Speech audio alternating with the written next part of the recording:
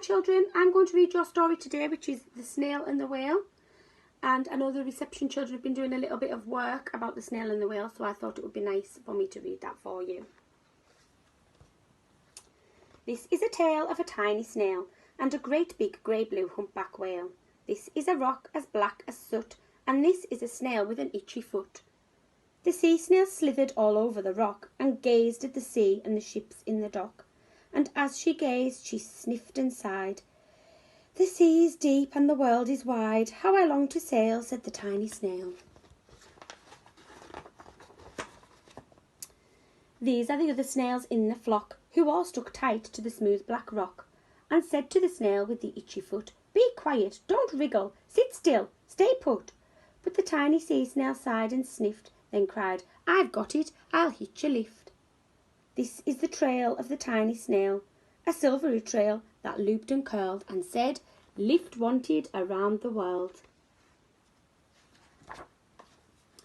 This is the whale who came one night when the tide was high and the stars were bright, a humpback whale immensely long, who sang to the snail a wonderful song of shimmering ice and coral caves and shooting stars and enormous waves. And this is the tale of the humpback whale. He held it out of the starlit sea and said to the snail, "Come sail with me." This is the sea so wild and free that carried the whale and the snail on his tail to towering icebergs and far-off lands, with fiery mountains and golden sands.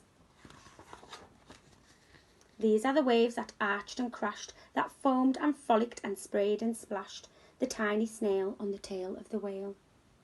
These are the caves beneath the waves, where the stripy fish with feathery fins and sharks with hideous toothy grins swam round the whale and the snail on his tail.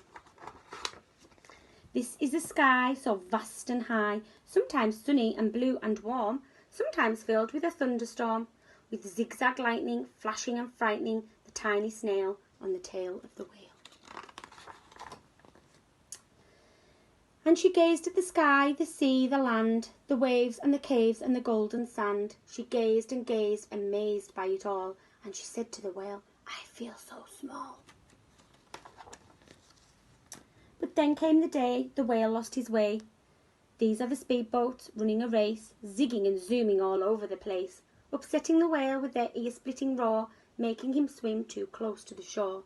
This is the tide slipping away, and this is the whale lying beached in a bay. "Quick, off the sand, back to sea," cried the snail.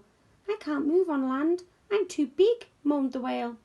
The snail felt helpless and terribly small. Then, "I've got it," she cried, and she started to crawl. "I must not fail," said the tiny snail. This is the bell on the school in the bay, ringing the children in from their play. This is the teacher holding her chalk, telling the class, "Sit straight, don't talk."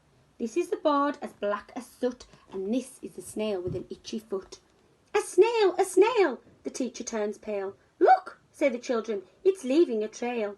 This is the trail of the tiny snail, a silvery trail saying, "Save the whale." These are the children running from school, fetching the firemen, digging a pool, squirting and spraying to keep the whale cool. This is the tide coming into the bay, and these are the villagers shouting, "Hooray!" as the whale and the snail travel safely away.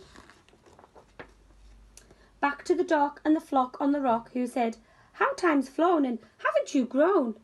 And the whale and the snail told their wonderful tale of shimmering ice and coral caves and shooting stars and enormous waves, and of how the snail, so small and frail, with her looping, curling, silvery trail, saved the life of the humpback whale.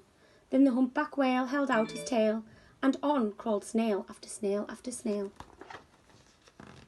And they sang to the sea as they all set sail on the tail of the grey-blue humpback whale.